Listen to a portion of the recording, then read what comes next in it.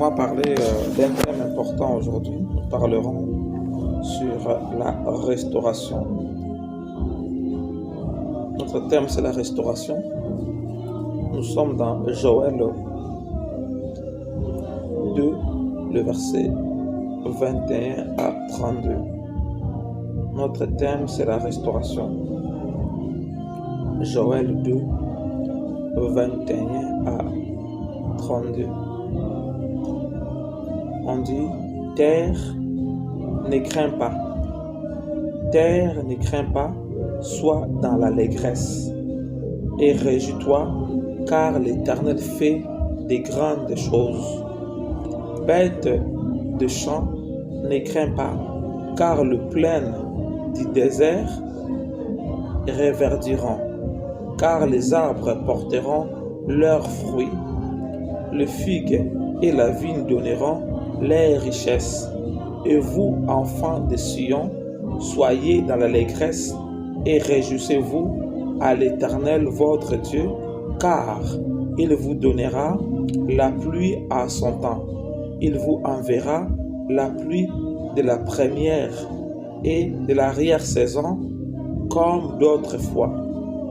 Les airs se rempliront de bleu et le cuivre égorgeront de mou et l'huile. Je vous remplacerai les années qu'ont dévoré les sauterelles, les gélèques, l'asile et les gazam, ma grande armée que j'avais envoyée contre vous. Vous mangerez et vous rassasierez et vous célébrerez le nom de l'Éternel votre Dieu qui aura fait pour vous des prodigues. Et mon peuple ne sera plus jamais dans la confusion. Et vous saurez que je suis au milieu d'Israël, que je suis l'Éternel votre Dieu, et il n'y a point d'autre, et mon peuple ne sera plus jamais dans la confusion. Après cela, je répandrai mon esprit sur toute chair. Vos fils et vos filles prophétiseront, vos vieillards auront des songes, et vos jeunes gens des visions. Même sur le serviteur et sur les servantes, dans ce jour-là, je répandrai mon esprit. Je ferai paraître des prodiges dans le ciel et sur la terre, du sang, du feu et des colonnes de fumée. Le soleil se changera en ténèbres et la lune en sang. Avant l'arrivée du jour de l'Éternel, de ce jour grand et redoutable. Alors quiconque invoquera le nom de l'Éternel sera sauvé. Le salut sera sur la montagne de Sion et à Jérusalem, comme a dit l'Éternel, et parmi les réchappés que l'Éternel appellera. Deuxième test. Dans Exode 10, 13 à 17 qui dit, Moïse étendit sa verge sur le pays d'Égypte et l'Éternel fit souffler un vent d'Orient. 10, 13 à 17. Exode 10, 13 à 17. On dit Moïse étendit sa verge sur le pays d'Égypte et l'Éternel fit souffler un vent, le vent de l'Orient sur le pays toute cette journée et toute la nuit.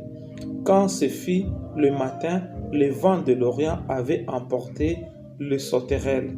Les sauterelles mangèrent sur le pays d'Égypte et se posèrent dans tout l'étendue de l'Égypte, et il était en si grande quantité qu'il n'y avait jamais eu et qu'il n'y aura jamais eu de semblable.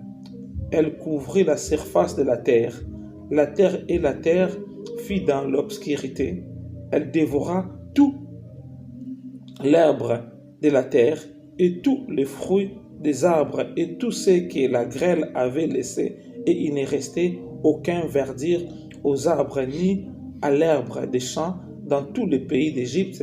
Aussitôt Pharaon appela Moïse et Aaron et dit, j'ai péché contre l'Éternel votre Dieu et contre vous, mais pardonne mon péché pour cette fois seulement.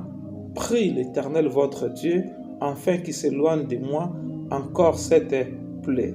Moïse sortit de chez Pharaon et il pria l'Éternel. L'Éternel fit souffler un vent d'Occident très fort qui emporta les sauterelles et les précipitèrent dans la mer Rouge. Il ne restait pas un seul sauterelle dans tout l'étendue de l'Égypte. Parole du Seigneur. Amen. Dans notre thème, Dieu nous parle de la restauration. Lorsqu'on parle de la restauration, ça veut dire que quelque chose que tu avais auparavant et la chose là a été détruite. Maintenant, Dieu veut réellement le restaurer. Alléluia. Or, nous pouvons comprendre que la restauration, Dieu le fait si la personne revient à lui de tout son cœur. Alléluia. Là aussi, Dieu va restaurer. Dieu va te donner les choses que tu avais perdues auparavant. Et Dieu nous interpelle aujourd'hui qu'il veut restaurer les choses qu'on avait perdues. Et lorsque nous regardons, nous voyons que dans ce texte que Dieu parle réellement, les sauterelles, c'était une armée qu'il avait utilisée pour exercer le jugement contre Pharaon parce que Pharaon avait péché. Amen. Et nous voyons que lorsque les sauterelles ont fait le travail, ils ont dévoré tout dans le pays d'Égypte. Et Dieu dit qu'il va restaurer tout ce que son armée avait mangé. Donc nous comprenons que les sauterelles sont une armée que l'Éternel utilise lorsque les gens pêchent contre lui. Il utilise ça pour frapper les gens de la famine, pour que ces personnes puissent réellement tourner vers lui. Donc on peut dire certaines famines, certains problèmes qui arrivent dans le monde parce que les gens vivent dans le péché et Dieu amène la famine juste pour faire réfléchir les humains de retourner vers lui. Lorsqu'ils vont retourner vers lui, il pourra réellement les restaurer. Et donc Dieu, il veut restaurer beaucoup de choses parce qu'il a vu l'Église s'est répandue. Il a vu que nous commençons à marcher selon ses préceptes et ses ordonnances. Nous commençons à obéir à sa parole et Dieu commence à restaurer. Et depuis que cet mois a commencé, chaque jour, Dieu me fait voir comment il restaure la vie des gens. Je vois comment les gens peuvent être dans leur maison, ils se rendent compte que l'argent était là main, or ils ne voyaient pas. Ils commencent à restaurer. Je commence à voir aussi les gens qui étaient infiltrés. Dieu commence à exposer tous les gens qui étaient infiltrés tout autour des gens. Donc pour dire que Dieu veut remettre les choses en place, Dieu veut réellement restaurer les choses. Et le premier jour de ce mois, je vis comment le président Tshisekedi avait retrouvé l'argent dans sa maison. Beaucoup d'argent. Et il appelle les gens pour venir compter l'argent. Donc ça veut dire que Dieu commence à restaurer le Congo. L'argent qui était au Congo, les gens ne voyaient pas. Le Congo va maintenant commencer à récupérer l'argent qui était dans son pays, mais n'arrivait pas à le toucher, mais il va commencer à le prendre. Donc Dieu est en train de faire un travail.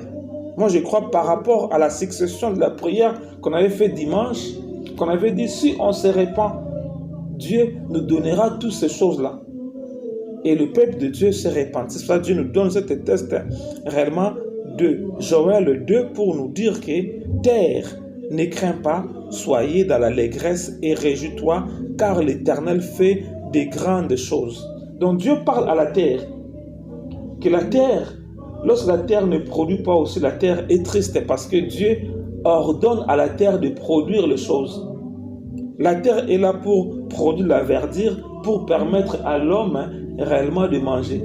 Donc si la terre ne produit pas, si la terre est sec, c'est comme si la terre, c'est une personne, il commence à pleurer. Seigneur, pourquoi? Mais Dieu dit, mais tu es comme ça parce que les habitants que j'ai donné à la terre, ils vivent dans le péché. C'est ça, hein? Ta terre est comme ça.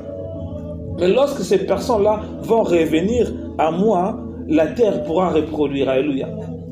Donc, on peut dire que c'est l'homme lui-même qui suit la terre, qui doit le faire du bien.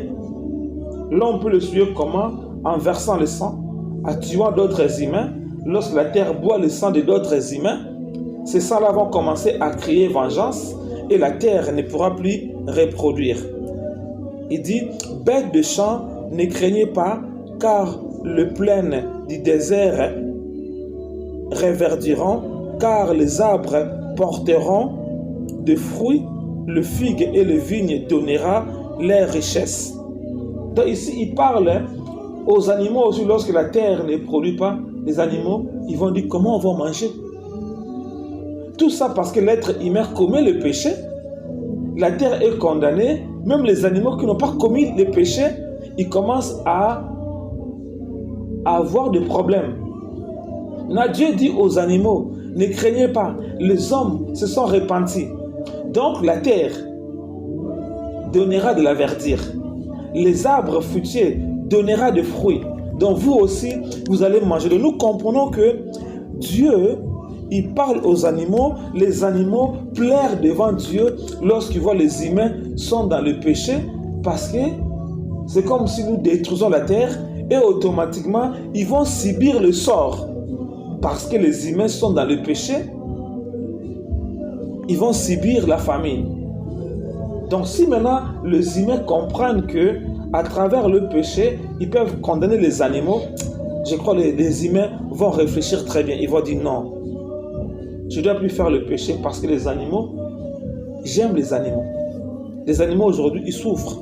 Non pas parce qu'ils ont voulu, mais à cause du péché de l'homme. Et Dieu commence à rassurer les animaux.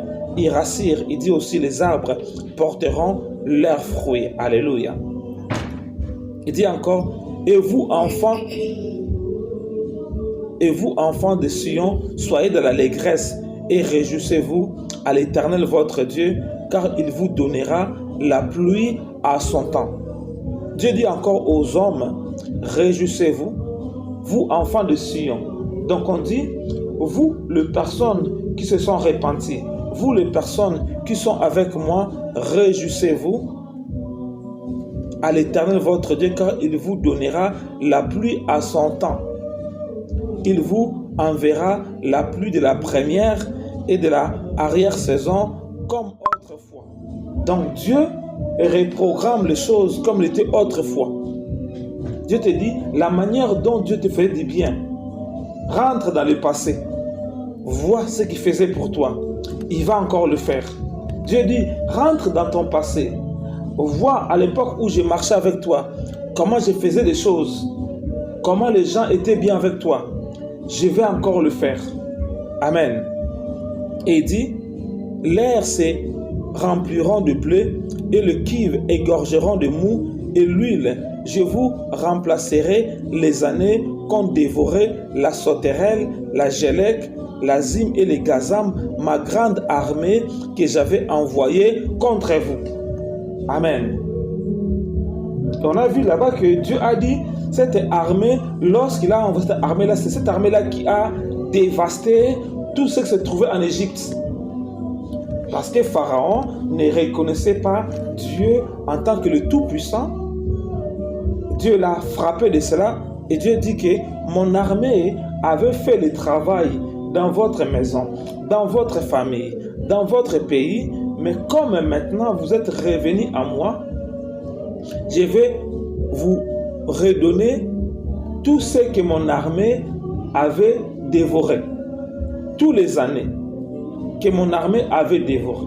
Si l'armée de l'Éternel avait dévoré des choses pendant 2 ans, 4 ans, 5 ans ou 10 ans, maintenant Dieu dit, on est en 2025, les 10 ans que l'armée de l'Éternel avait dévoré tes affaires parce que tu étais dans le péché, il va dire à l'armée de l'Éternel, restitue tout ce que tu avais pris à mon peuple. Donc automatiquement, tu seras fortement béni.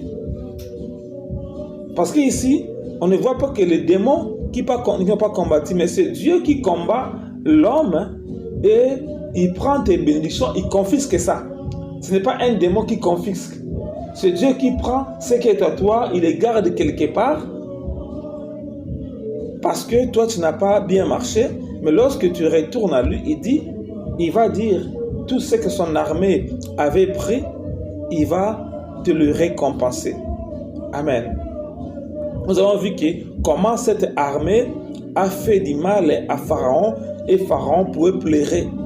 Il y a des personnes comme ça, les choses qu'il a gagnées pendant 10 ans, il les voit à 30 secondes ou bien à 20 secondes, tout est par terre. Comme on a vu aux États-Unis, les gens ils ont construit leur maison, mais au moins de quelques minutes, tout est écroulé, les gars deviennent pauvres. Alléluia. Pourquoi? Parce que le péché pousse Dieu de nous corriger, pousse Dieu de prendre tout ce qu'on avait pour que nous puissions comprendre que nous devons retourner à lui. Amen. Il dit, je vous récompenserai tous les années que les sauterelles vous avez dévoré ma grande armée. Amen, amen. Il dit, vous mangerez et vous rassasierez et vous célébrerez le nom de l'Éternel. Et votre Dieu qui aura fait pour vous des prodigues et mon peuple ne sera plus dans la confusion. Dieu veut enlever la confusion. Dieu veut réellement nous bénir. Parce qu'une personne qui mange bien, ils peuvent adorer Dieu facilement. D'autres gens ne doivent pas Dieu bien parce qu'ils ne mangent pas bien. Ils disent, mais pourquoi je vais t'adorer? Je ne mange pas bien. Amen. Mais or, l'homme ne sait pas qu'il ne mange pas bien à cause de son propre péché que Dieu l'a condamné. Au lieu de dire à Dieu, Dieu, pardonne-moi d'abord. Mais lui dit à Dieu, Dieu, tu es mauvais. Dieu, tu m'as fait ça. Mais or, lui-même qui est mauvais, ce que lui fait, c'est ce qui fait qu'aujourd'hui, sa vie est comme ça. S'il peut comprendre que c'est mon péché qui a mené la famine dans ma terre, même les animaux commencent à pleurer à Dieu. Seigneur, aide ces personnes-là de se repentir. Parce qu'on a des problèmes. La terre ne produit pas. Parce que les gens qui tiennent la terre comme les choses de la terre, et ils commettent les péchés. Donc, lorsqu'ils commettent les péchés, Dieu condamne les hommes, automatiquement aussi les animaux sont condamnés aussi. Or, ils n'ont rien fait. Amen. Il dit, vous saurez que je suis l'Éternel au milieu d'Israël et je suis l'Éternel votre Dieu, qu'il n'y a point d'autre et mon peuple ne sera jamais dans la confusion. Il dit, après cela, je répandrai mon esprit sur toute chair. Dieu dit que lorsqu'il veut restaurer, en fait, il ne va pas seulement restaurer la nourriture ou les biens matériels, il va aussi restaurer les choses spirituelles. Parce que lorsque la personne pêche, parce que son spirituel a été détruit, parce qu'il n'avait plus la connexion avec Dieu. S'il te restaure le bien matériel, le bien spirituel n'est pas restauré, tu vas encore retomber dans le péché. Et beaucoup de gens, lorsqu'ils viennent à l'église, des fois, ils prennent d'abord seulement le bien matériel. Or, Dieu commence d'abord par le bien matériel, après, il va aller dans le bien spirituel. Et ces hommes-là, au lieu d'émériter la présence de Dieu, lorsqu'ils voient qu'ils sont bénis, ils disent, j'arrête de prier. Et il va encore commettre le péché parce que le bien spirituel n'est pas encore entré dans sa vie. Or, le bien spirituel est tellement fondamental et important. Et Dieu maintenant aussi, comme il a compris que les gens s'éparpillent comme ça, Dieu maintenant a changé de camp. Dieu maintenant, il ne veut plus donner les gens d'abord le bien matériel, il commence au bien spirituel. Pour certains, il va dire, toi, tu vas toujours galérer, mais il faut d'abord que tu puisses avoir le bien spirituel. Lorsque le bien spirituel sera en toi, tu seras bien en contact avec moi. Lorsque le bien matériel viendra, tu pourras bien le protéger. Parce que Dieu a commencé avec le bien matériel, les gens retombent toujours dans le péché et ce bien matériel a été détruit parce que ces hommes n'ont pas une relation personnelle avec Dieu. C'est pour ça que Dieu dit non, je vais changer. Il faut que je répande d'abord mon esprit sur toute chair. Dit répandre l'esprit sur toute chair. L'esprit de Dieu doit se poser sur moi. Donc lorsque l'Esprit de Dieu répand sur toi, lorsque le bien matériel viendra, tu pourras les protéger. Il dit, après cela, je répandrai mon esprit sur toute chair. On dit, vos fils et vos filles prophétiseront. On parle ici des fils et des filles qui vont prophétiser. Il dit, vos vieillards auront des songes. Lorsqu'on parle le mot fils ou fille, on parle des personnes qui sont jeunes. On peut dire aussi aux personnes qui s'identifient comme enfants de Dieu. Premier terme, les gens qui sont des filles ou des filles qui sont jeunes, Dieu va leur donner le don de prophétiser. Ou bien aussi, les gens qui sont dans l'identité d'être enfants de Dieu, et aussi, ils vont prophétiser. Après, il dit, vos vieillards auront des songes. Lorsqu'on parle de vieillard, on peut dire quelqu'un qui est vieux physiquement, ou bien quelqu'un qui est ancien dans l'église. Le terme vieillard montre aussi quelqu'un qui est depuis longtemps à l'église. Ces personnes-là, Dieu dit qu'il va commencer à leur parler dans le songe. Les anciens et les personnes âgées. On dit, vos jeunes gens auront des visions. Jeunes gens. Dans le on dit, jeunes gens, quelqu'un qui est jeune réellement. Vos jeunes gens auront des visions. Or, le terme vision, c'est dire que lorsque nous prions, je ne dors pas, mais Dieu m'ouvre les yeux pour voir. Amen. Des visions. Même sur le serviteur et sur les servantes, dans ce jour-là, je répandrai mon esprit. Donc on peut dire, il dit aussi, même sur le serviteur et les servantes, eux aussi ils auront des visions. Parce que même là, ça rejoint le mot, ceux qui avaient des visions. Même sur mes serviteurs et mes servantes, eux aussi, ils auront des visions. Donc, les jeunes gens auront des visions. Mes serviteurs et mes servantes, eux aussi, auront des visions. Donc, on peut dire le serviteur de Dieu, les servants de Dieu, Dieu leur donnera des visions lorsqu'ils prieront, leurs yeux s'ouvriront pour voir. Les jeunes gens aussi auront cet privilège. Et pourquoi il donne cela? Toutes ces choses-là permettent à l'homme d'être en contact avec le Créateur. Celui qui est en contact avec le Créateur, lorsqu'il voit le Créateur, lorsqu'il est dans la présence du Créateur, cela va l'empêcher de tomber dans le péché. Or, le péché, c'est ça qui amène la stérilité à la terre. Or, le péché, c'est ça qui amène la destruction sur le bien matériel.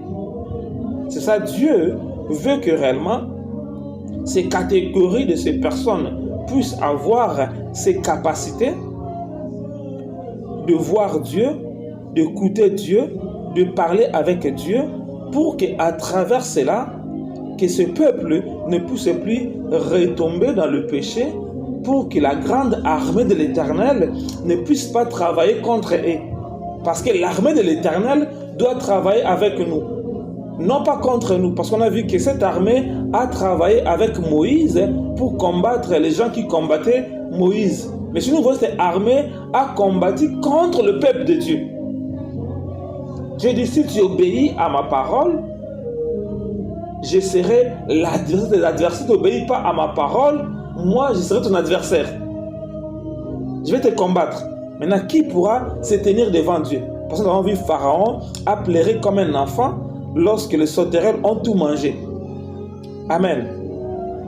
Donc Dieu répand son esprit sur toute chair.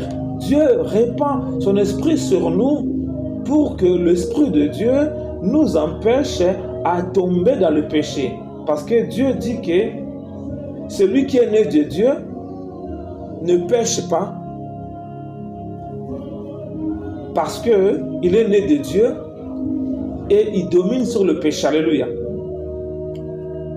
Donc, lorsque Dieu répand l'Esprit de Dieu sur toi, l'Esprit de Dieu va réellement te couvrir, va te protéger, va te donner la force et la capacité de commencer à dominer sur le péché et à fuir le péché, parce que le péché, lorsque ça entre en toi, ça sera comme un poison pour détruire ta bénédiction physique qui se trouve devant toi.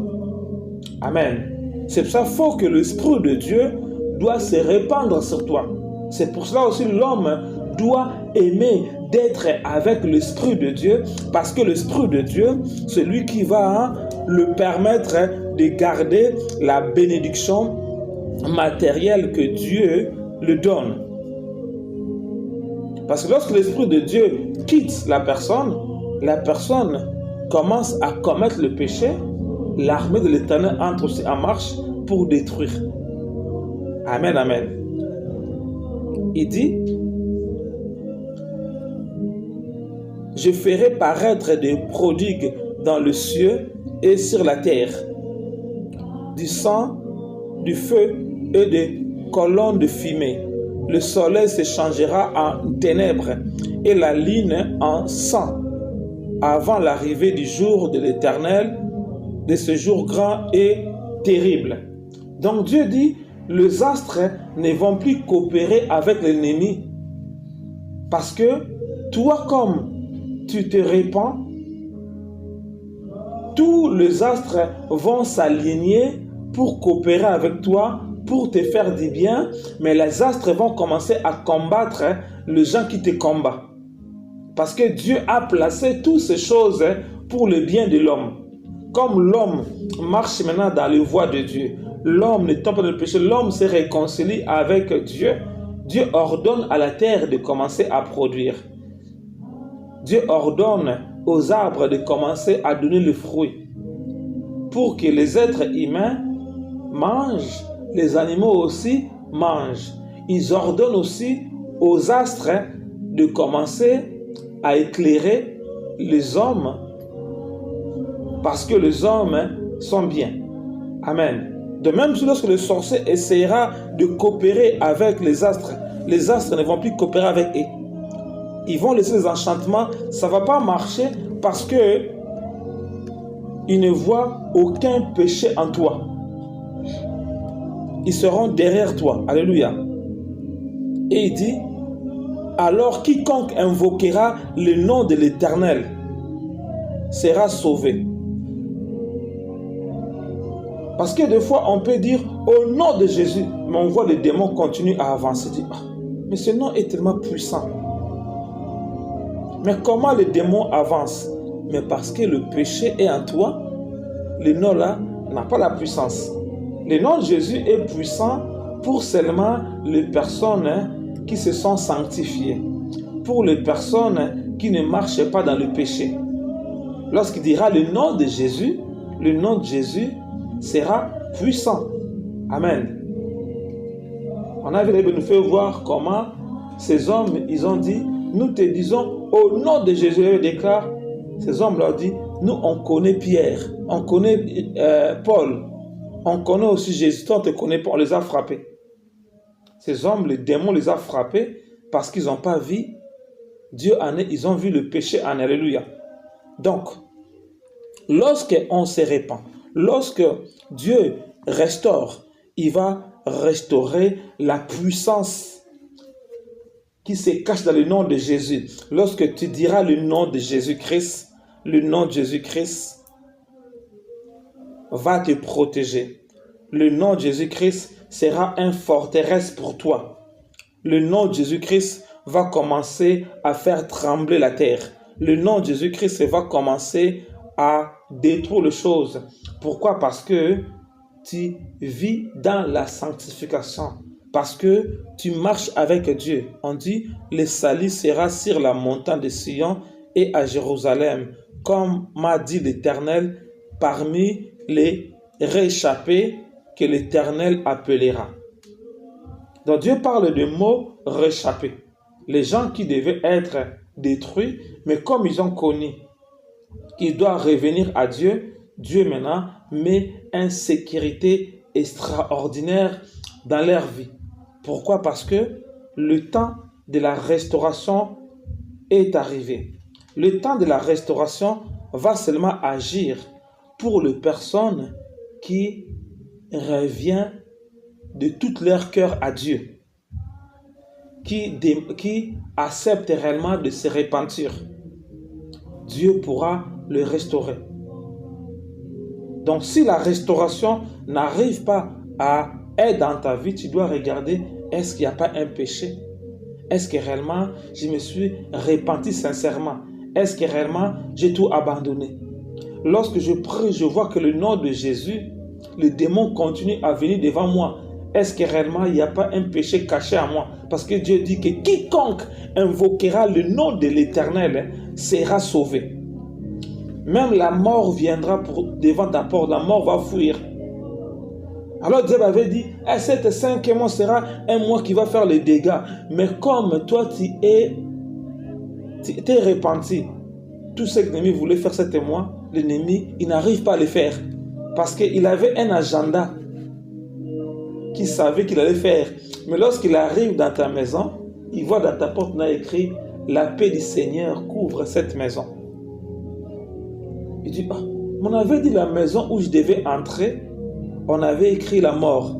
Il dit à son chef, mais j'arrive au numéro un tel. Alléluia. Le chef dit, oui, mais pourquoi tu n'es pas rentré? Mais je n'ai pas compris. Je n'ai pas vu le symbole. Tu m'avais dit qu'on devait écrire la mort à la porte.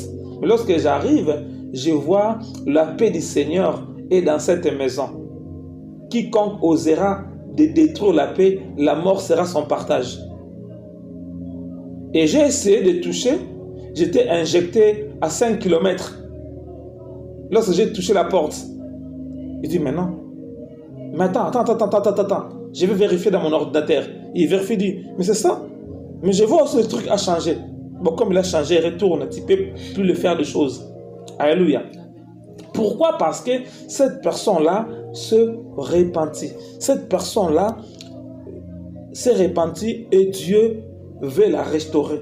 Nous voyons cet homme, Saul, alors que Dieu voulait la restaurer, les ânesses de son père étaient perdues. Il vient devant les prophètes. Les prophètes lui disent, tes ânesses sont déjà retrouvées. Ton père ne te cherche, il ne cherche plus les ânesses, mais il te cherche. Alléluia.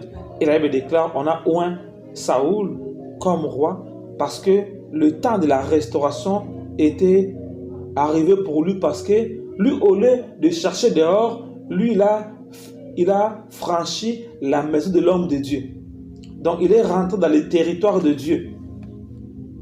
Lorsqu'il est dans le territoire de Dieu, automatiquement, sa vie change. Donc, lorsque je me répands, automatiquement, je rentre dans le territoire de Dieu. Donc, lorsque aussi je viens à l'église, c'est comme si je rentre dans le territoire de Dieu. Toutes les choses qui combattaient ma vie, ça reste dehors. Automatiquement, les choses que Dieu avait arrêtées pour toi entrent en exécution. C'est pour ça que Dieu nous dit, nous sommes dans le temps de la restauration. Dieu veut restaurer le physique comme le spirituel. Mais Dieu insiste beaucoup sur le spirituel, parce que le spirituel, c'est ça qui va permettre, lorsque le matériel viendra, que ce matériel, tu puisses le garder. Parce que l'Esprit de Dieu va te convaincre. L'Esprit de Dieu va te donner la haine du péché. L'Esprit de Dieu va te donner le dégoût de toutes ces choses-là. Parce que ce que lorsque tu tomberas dans le péché, tu risqueras de redevenir comme tu étais auparavant. C'est pour ça que l'Esprit de Dieu est tellement important. Nous avons vu aussi que le Seigneur a dit, avant que je m'en aille, il faut que vous puissiez avoir le Saint-Esprit de Dieu. Alléluia. Les apôtres ont reçu l'Esprit de Dieu. Les apôtres pouvaient avoir l'excellence partout parce que l'Esprit de Dieu était avec eux. Alléluia. Lorsque l'Esprit de Dieu est en toi, là où l'ennemi croit qu'il va t'arrêter, c'est toi qui vas déboussoler les choses. Là, il croit qu'il va te tuer. Toi, tu vois la vie. Pourquoi? Parce que l'Esprit de Dieu te permet de sortir dans tous les blocages ou de tous les pièges qu'on mettra devant toi. L'Esprit de Dieu saura comment te faire sortir. Parce que l'Esprit de Dieu est comme l'eau. Parce que lorsqu'on ferme l'eau dans un endroit, l'eau trouvera toujours un issue pour sortir. Alléluia. L'Esprit de Dieu est comme un vent. On peut t'arrêter, mais comme le vent est là, tu peux réellement sortir. C'est pour ça que Dieu il nous dit que réellement, lorsque ton spirituel est restauré, tu vas maintenant commencer à dominer sur le péché et beaucoup de choses vont réellement se faire dans ta vie parce que Dieu a commencé un travail extraordinaire dans ta vie. Nous sommes dans un temps où le Seigneur commence à restaurer.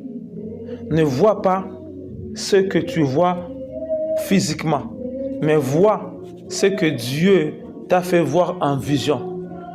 C'est ça qui est important. Alléluia. Parce que Pierre, alors qu'il était en prison, lorsque le temps de la restauration était arrivé pour Pierre, Pierre y dormait. Pierre y voit quelqu'un l'a tapé à la côte. Pierre s'est réveillé, mais Pierre dans sa tête, il croit qu'il est en vision. Amen.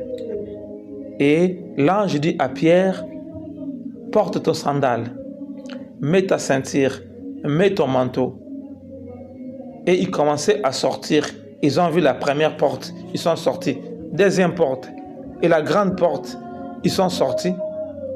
Et l'ange a disparu.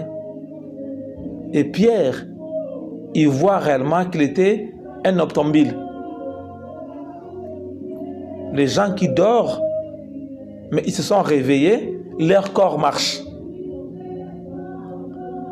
Pierre s'est rendu compte que réellement, lui qui croyait que c'était un rêve, mais se voit réellement, il est dehors la prison lorsque l'ange est parti. C'est ça aussi certains songes, lorsque tu le reçois, lorsque tu dors, tu te réveilles, tu vois comme si c'est réel. Tu sens tout ce que tu avais senti dans les rêves, tu le sens aussi physiquement. Tu dis, waouh, mais qu'est-ce qui m'arrive là? Alléluia. C'est réellement réel. Pourquoi? Parce que Dieu veut que tu ne regardes pas ce que toi tu as vu, mais commence à déclarer ces choses-là. Commence à déclarer, je suis dans les temps de la restauration. La restauration matérielle, la restauration spirituelle entre à moi. Et automatiquement, dans 2 jours, dans 3 jours, dans 1 mois, tu vois toutes ces déclarations-là entrent en exécution. Amen, amen. Tout cela entre en exécution parce que tu commences à déclarer. Maintenant, si toi, tu ne crois pas, tu veux seulement le voir automatiquement, c'est comme si tu bloques aussi la chose. Or, Dieu dit, sans la foi, personne ne verra Dieu. Dieu veut que ta foi soit ferme. De ne regarder pas ce que tu es maintenant, mais de voir que le temps de la restauration est là pour toi. 7 mois ne finira pas. Dieu fera de grandes choses dans ta vie parce que Dieu veut restaurer. 7 mois ne finira pas. L'Esprit de Dieu va te saisir d'une manière extraordinaire parce qu'il est là pour te donner la domination sur le péché pour que tu gardes la bénédiction. Parce que c'est dit, si réellement je bénis d'abord, l'Esprit n'est pas là, il va encore détruire. Moi, je veux que cette fois-ci, lorsque je bénirai mon enfant, je bénirai ma fille, cette bénédiction demeure jusqu'à ce que je l'amènerai au ciel. Alléluia. Parce que je suis mort à la croix pour que mon peuple puisse avoir une vie et une vie en abondance. Alléluia. Nous allons dire à Dieu merci. Disons à Dieu merci. Seigneur, nous te disons merci, nous te célébrons, toi le véritable Dieu, toi qui nous interpelles, nous sommes dans le temps de la restauration, oh mon Dieu, mon roi, toi qui veux restaurer l'esprit, toi qui veux restaurer la bénédiction spirituelle et la bénédiction physique. C'est la raison pour laquelle nous te bénissons, la raison pour laquelle nous t'adorons, parce que tu es le Dieu fort et redoutable. Merci, oh mon Dieu, mon roi, pour ce que toi, tu veux faire, parce que nous sommes dans le temps de la restauration. Merci pour la restauration. Tu dis dans ta parole, tous ceux qui se sont repentis, tous ceux qui ont changé de camp, réellement, la restauration physique, la restauration spirituelle sera leur partage. Tu dis que la terre produira réellement. Tu parleras à la terre de produire. Tu parleras aux arbres réellement de porter des fruits. Tu parleras aux astres d'être en alliance avec les hommes, parce que réellement ce peuple se sont repentis. Père, nous te bénissons, nous te célébrons, parce que tu es derrière ta parole pour l'accomplir. Tu dis que tu déverseras ton esprit sur toute chair. Tu dis que l'esprit de Dieu va être posé sur chacun de nous pour que réellement nous puissions garder réellement la bénédiction, oh mon Dieu, mon roi. C'est la raison pour laquelle je te bénis pour la puissance de l'esprit. Je te bénis parce que tu viens répandre l'esprit de Dieu, oh mon roi. Merci parce que tu dis tout ce que ton armée avait réellement pris, tu vas la restituer. Merci, oh mon Dieu, parce que l'armée de l'Éternel commence à restituer toutes les choses qu'il avait prises de la vie de mon frère, de la vie de ma soeur, parce que ma soeur a changé de camp. Les bras chakaraba, le fait qu'ils ont foulé leurs pieds à l'église, le fait qu'ils écoutent ce message, oh mon Dieu, mon roi, Père, ils sont en alliance avec toi à travers le parole qui retentit de ma bouche maintenant, et je proclame la puissance de la restauration commence à descendre. Les anges qui accompagnent la restauration commencent à courir dans les quatre coins de la terre pour amener la restauration dans chaque maison, soit la restauration physique, la restauration spirituelle, dans le nom puissant de Jésus. La bra chakarabra, les malebro shondokrobo, la bro chakarabra, l'obro chakarabra, shekarabro shondokrobo, malebro chakarabra, chakarabro shondokrobo. Malabra shakarabra shakarabru shundokrobru shakarabru shundokrobru laka shakarabru shundokrobo malebra shakarabru shakarabra shandakrobo malebru shakarabra shakarabra malebru shundokrobru shakarabru shundokrobo. Au nom puissant de Jésus-Christ, nous te bénissons, nous te célébrons parce que tu es Dieu. Reçois l'honneur, la louange, l'adoration au nom de Jésus.